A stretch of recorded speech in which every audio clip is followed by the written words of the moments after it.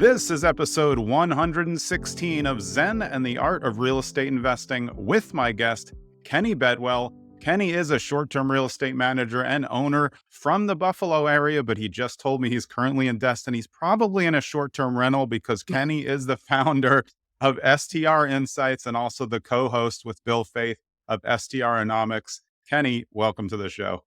Thanks, Jonathan. Yes, I am in a short-term rental. Of course, I gotta live up the persona of, being in the short-term rental industry and staying in short-term rentals. I got to stay true to that. Yeah, well, so we could just start with that. With your data insights, you probably are able to find the best place at the best price in the best market. So you always know where to go. Am I right? Yes, you are. Actually, this is a funny story. Bear with me, okay, on Yeah. this. So, that this place is actually one of my good friends who owns in Destin, and I came to him, and so I live in Buffalo, and it's January, and we know what happens in Buffalo in January. Yeah. So, I See come to 60 inches of snow if you don't know. exactly, and I'm just like I'm done with that. So we want to go to Destin. We love to come to Destin for a Yeah. month and to get away. And so I told my friend, I was like, hey, what's your place? How much? And we're friends. So he's kind of I'm going to pay him, but at the Yeah. same time, he's like, well, how much I could get, like he was kind of asking, we were going back and forth. And that's where the data side came out. I was like, let me just look it up and see how much, other properties are charging and what they're making in January. And then I was able to kind of give him like a fair asking. Yeah. Yeah. So we Whoa. both were at the end of the day. You can't argue with the numbers.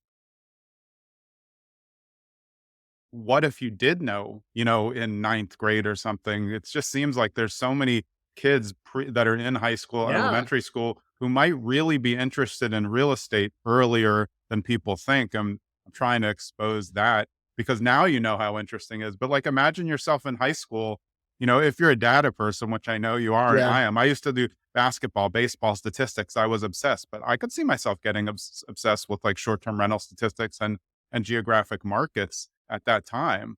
So Absolutely. yeah. And honestly, when I was in college, I noticed this, this is how I got interested in real estate. It wasn't from other people talking about it. It was actually from the data. I was noticing a trend. I did a research project on housing prices in Denver, Colorado. And like I could predict the price of a house in relationship to the proximity to the mountains. So the closer to the mountains, the increase in prices of the houses, which makes sense. But the fact that I was able to be within like 5%, I had this model I built, and I thought that was so fascinating. And and I remember my family was living there at the time, and they were moving closer to the mountains, and I was like, well, what are you going to buy? And I knew exactly like the price range they were going to have to be in. Yeah. Not the town, didn't matter. Just my model didn't care about that. It was the proximity, and so. And it turned out to be within that range. And I was like, I felt so good. And I was like, maybe I could figure out more stuff with this. And that's kind of how it grew, So Did you think at that time, I know you like the data, but did you think at that time you were going to become an investor, or were you strictly thinking this data looks like something that could be cool later? But obviously you were helping your parents with the price point, yeah. estimate. For an investor, I mean, I think that's really where it piqued my interest. Is like, well, if I could predict kind of pricing and, other benefits of investing, it wasn't even Yeah. short-term rental investing at the time.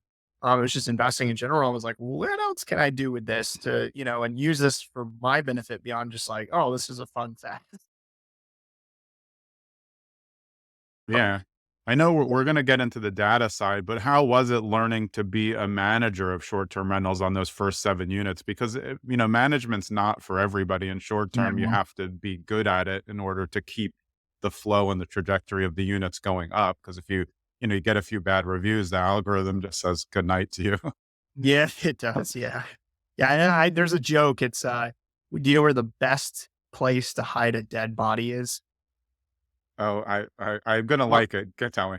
On the last page of Airbnb. That's good. And definitely true. No one's Yeah, ever going to look there. exactly. No one's gonna look there. So anyway, yeah, you're absolutely right. So hosting is really key.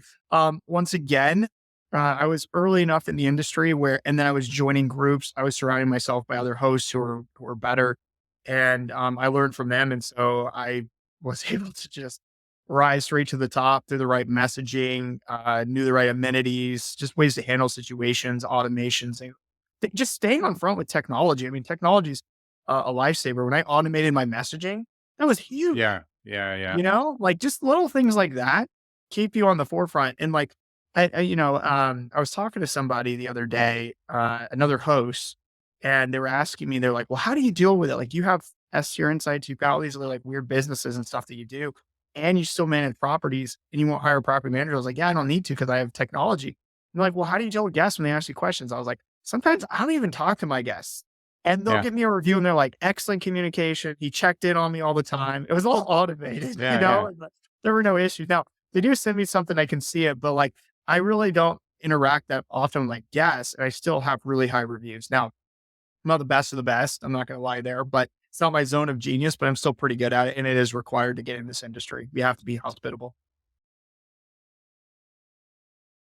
We'll get into all the data points, but if you could just pick one point of data that would help someone the most in determining maybe, I guess, where they should invest for short-term rental, what would it be? And if it's not one, it's okay. But what's the like one thing that kind of is the main focus that the other things come off of? Oh boy.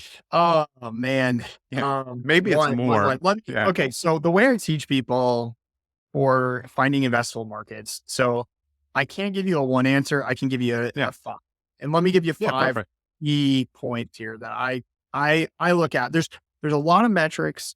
There's a lot of different things to look at, but these are the five key ones. I call them the five key steps or whatever. But so the first one is affordability. Can you afford to be in that market? Okay. The second one is what can you afford in that market? So the type of property, the bedroom count, the size of the property, and so on. For example, in Destin, Florida, these properties are really expensive. If my budget was 500,000, I'm buying a condo. Do I want a Yeah. condo? If I want a single family home, like I need to look in other places. The third data point is the number of short-term rentals in that market. Okay. That's in relation to Yeah. maturation and also in terms of resource accessibility. If you're out in the middle of nowhere and there's only 5 properties, like, do you think you're going to have good cleaners and maintenance Yeah. people? Whereas like if you're in a market where there's thousands of of the same type of property, I'm thinking Yeah. like Simi, the neighborhoods are all pretty much the same. It gets a lot more competitive. It gets a lot harder. So the number of short-term rentals matters. And we have like kind of a preference there. A fourth one, and this is a big one, is regulation. Yeah. Of course. There's a lot of cities and towns and stuff that are just banning short-term rentals or capping them or limiting what they can do. And so it's really important before you go into a market to make sure that the regulation is relatively friendly, permits okay, things like that are okay. But Yeah. the fifth, the most important one is revenue. Are there properties that are going to generate the income that my goals are set at? So if I want a property to make $100,000, are there properties making $100,000 there? So those Yeah. are the 5 kind of things that I look at to know if a market is generally investable for me.